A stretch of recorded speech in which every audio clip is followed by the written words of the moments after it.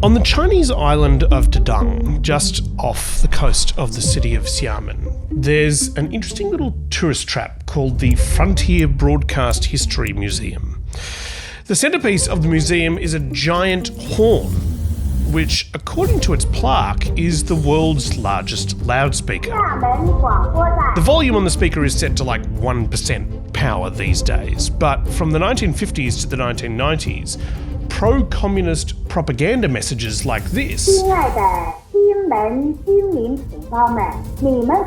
were being blasted with 20,000 watts of power through the horn out over the ocean. These go to 11. See, 6 kilometres over the water is an island that belongs to Taiwan, where there was another set of speakers blasting anti-communist propaganda straight back at them. The interesting thing is that the speakers were set up on the edge of the islands. But the Chinese speaker isn't on the edge of the island anymore. It hasn't been moved. It's just that a giant international airport has been built in front of it.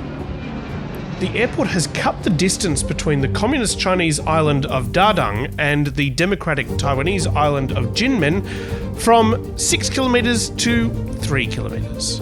Plus, China has built a giant new bridge across the harbour. They're calling it the Xiamen-Jinmen Bridge. And they'd like it to cross the border between the two sides and allow people to drive between them. Taiwan's government has called the bridge a national security risk and has never agreed to it. Despite that, China has gone ahead with building a portion of the bridge on its side. The new bridge and airport are meant to open later this year, and if Chinese President Xi Jinping attends the opening ceremony, there's one thing that's likely to really annoy him. Despite reclaiming land to halve the physical gap between China and Taiwan and building half a bridge that's meant to link the two sides, the unification of Taiwan and China seems just as far away a possibility as it was back in the days when they were blasting propaganda at each other over the ocean. It's part of Beijing's efforts to integrate China and Taiwan in various ways, with the ultimate goal of bringing Taiwan under its control. As we've been discussing over the last few episodes of this series, it's a strong ambition of Xi Jinping to bring Taiwan under Beijing's control while he's in office. How does he plan to achieve this? Well, for decades he's been using two methods, the stick and the carrot. The stick is the military threats, basically encircling Taiwan with the Chinese Navy and firing missiles into the sea nearby, that kind of thing. While the carrot is soft diplomacy, where Xi tries to convince the people of Taiwan to voluntarily submit to Beijing's control. So today, we're going to look at the two methods, the stick and the carrot, and see whether either is working. I'm Matt Bevan, and this is If You're Listening.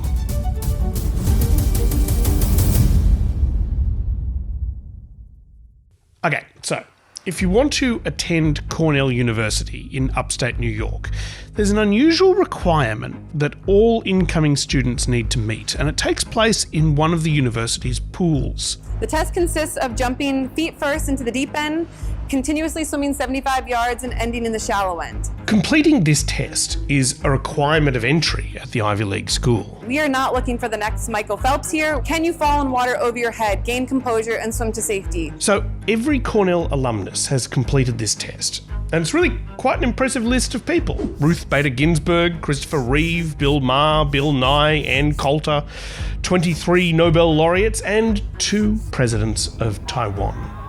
Here's one of them, visiting his alma mater in 1995.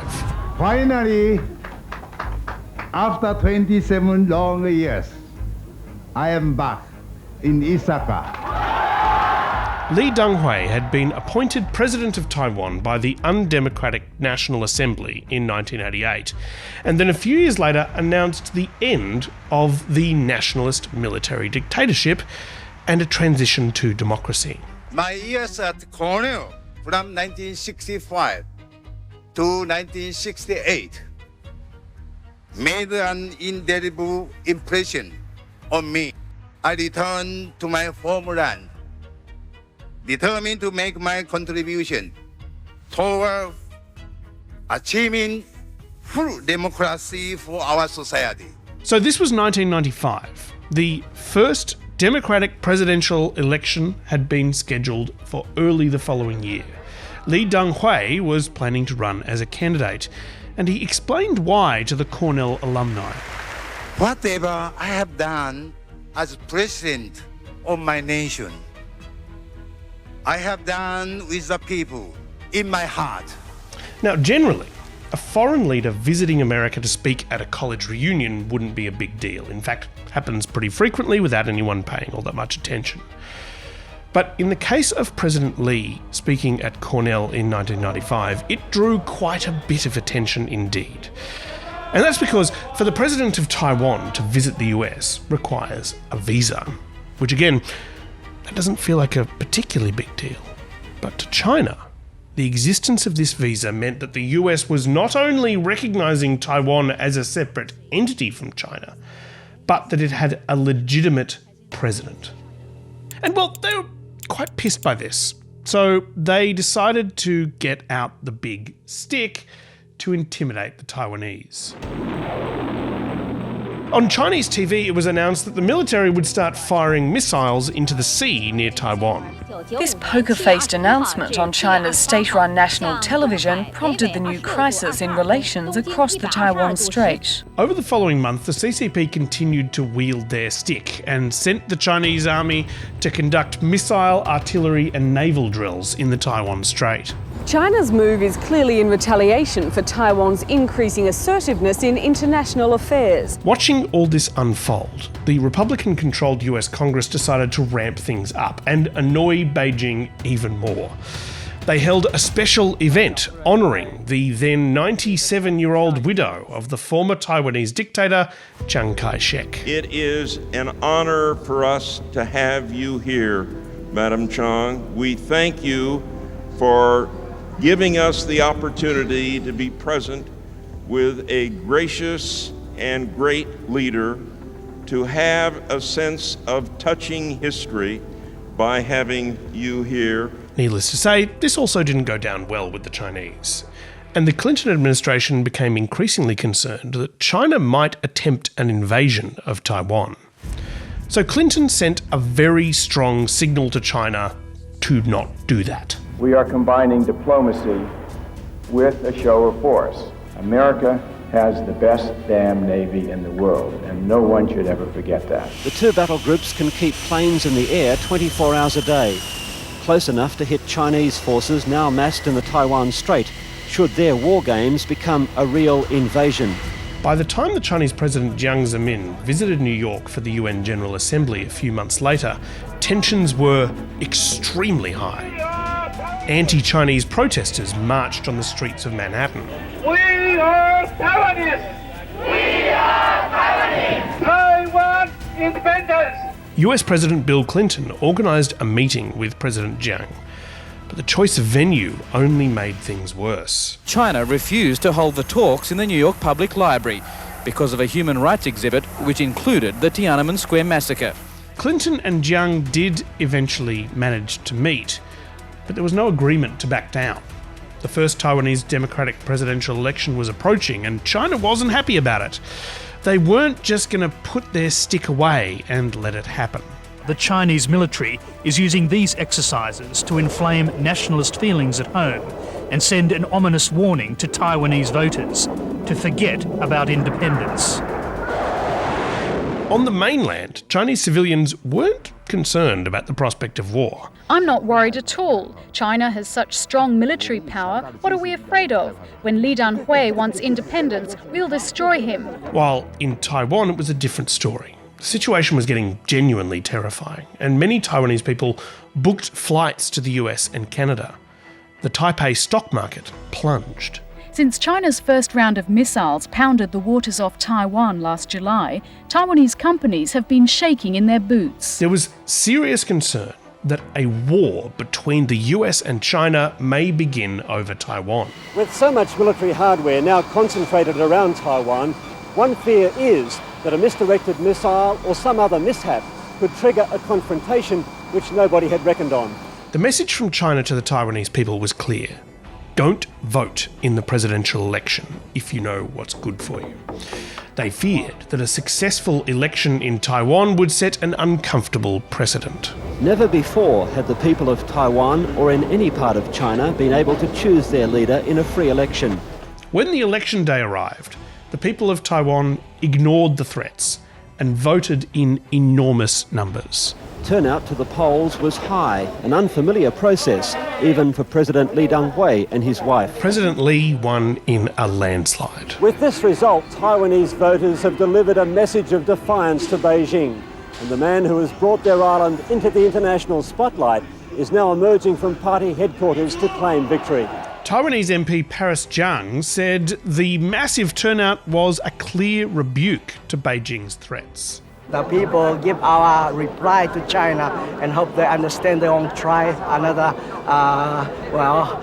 military provocation once again in the years to come or in the months to come. But I'm afraid that China may not get that message.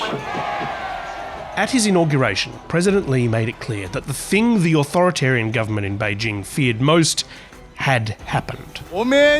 We have already proved eloquently that the Chinese people are capable of practicing democracy. It was an incredible, historic moment. Taiwan did what the mainland explicitly told them not to do, and they got away with it. There was no invasion, there was no war. Beijing had tried the stick, and it had failed. Perhaps they would need to switch to the carrot and try some soft diplomacy instead.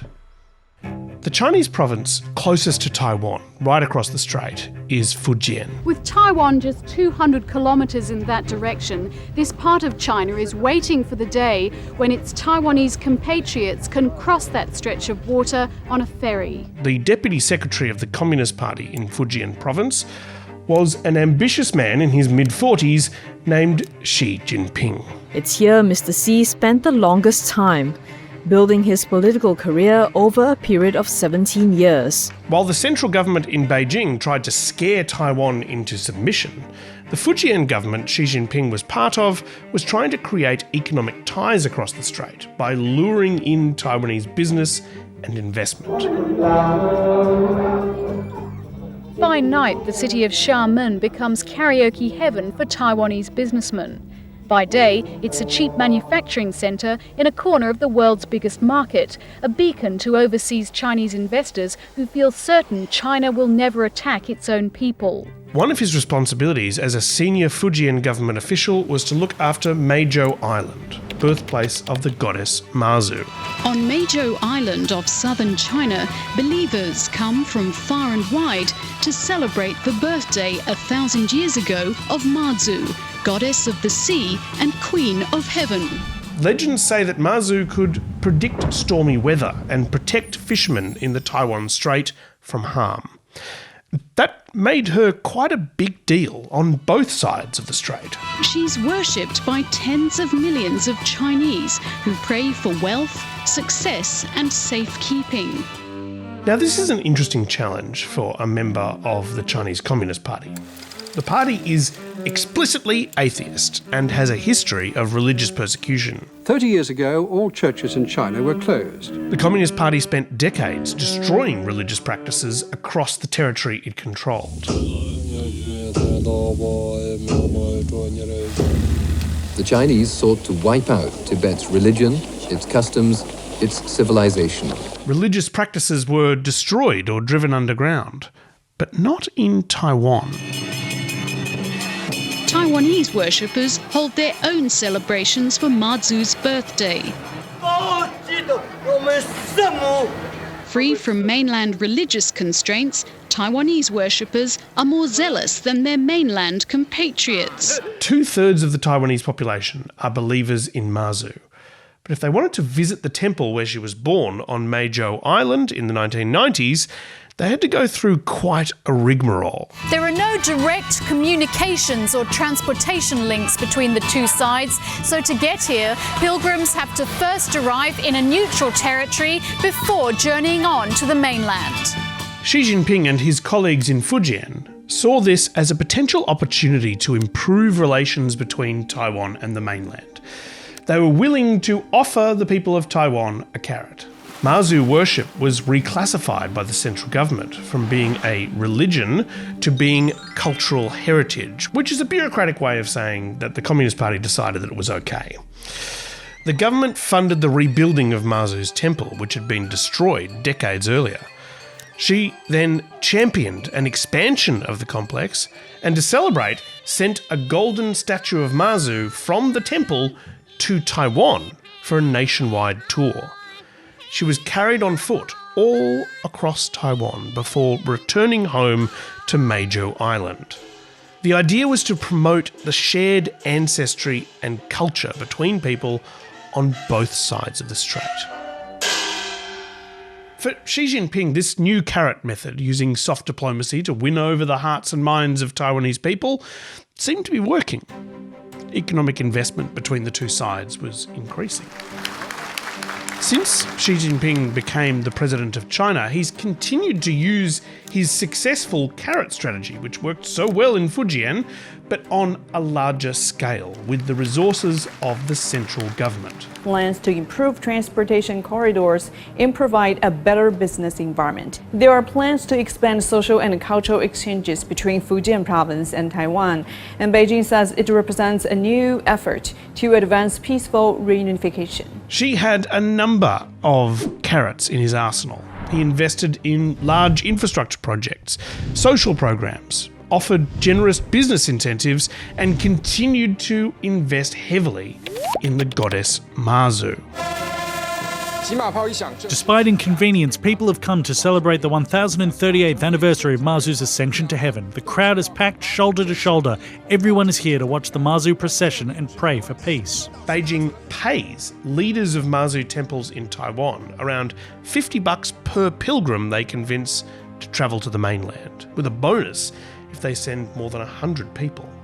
Once pilgrims step off the plane or ferry, all their expenses are covered by the Chinese government. They're greeted with banners covered in slogans about cross-strait peace and unity. They're encouraged to join up to the Chinese social media service WeChat and get put in group chats with tour guides and other pilgrims. Woven into the program between the incense offerings and the dragon dances are addresses from Communist Party officials about shared identity and shared destiny.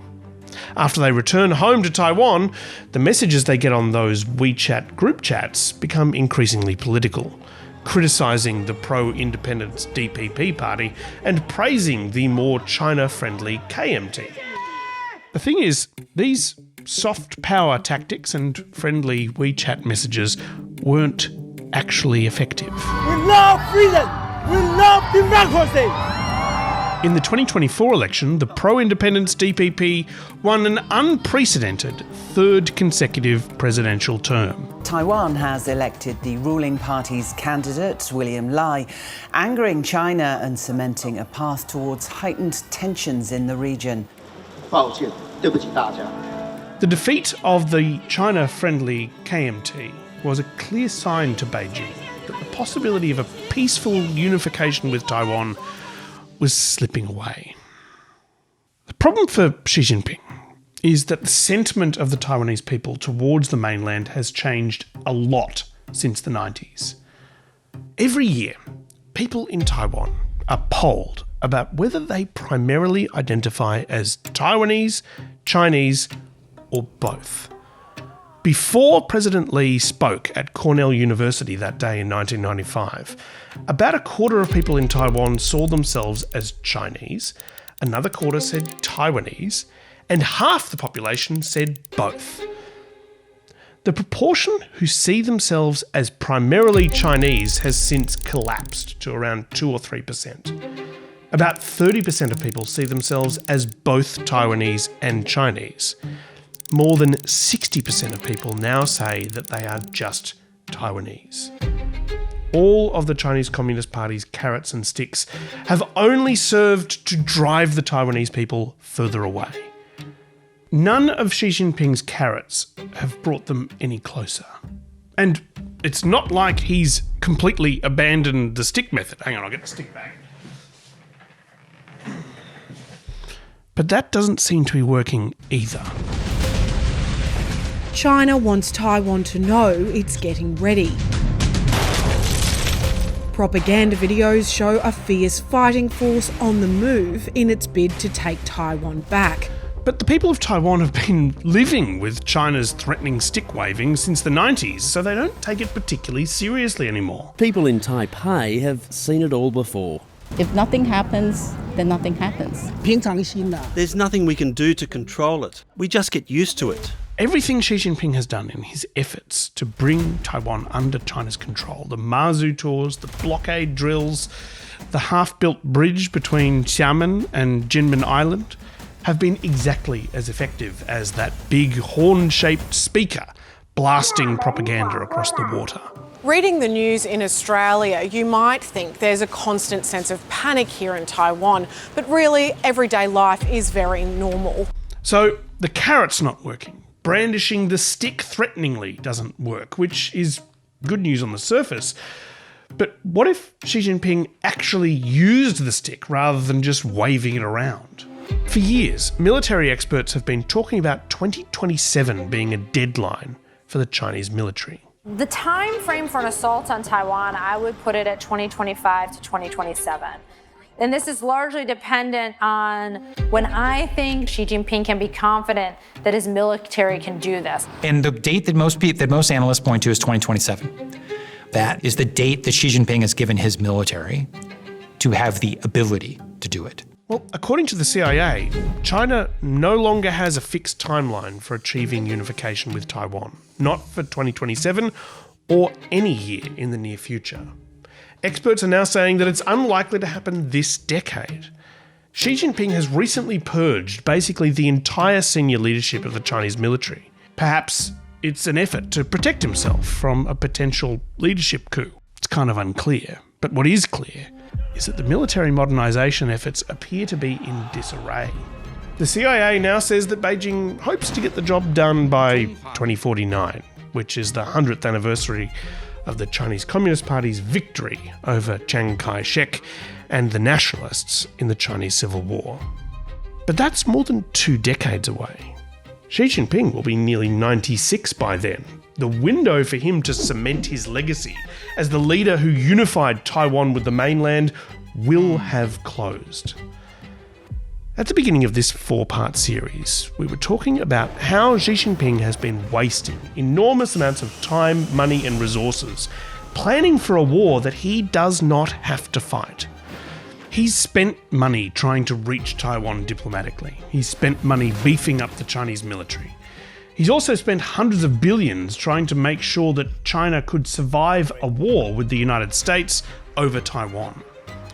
If he decides to give up on trying to take control of Taiwan, all of that will have been wasted. Then again, it would also mean that he could focus on improving the standard of living for people he already controls. War or peace. It is really just up to him.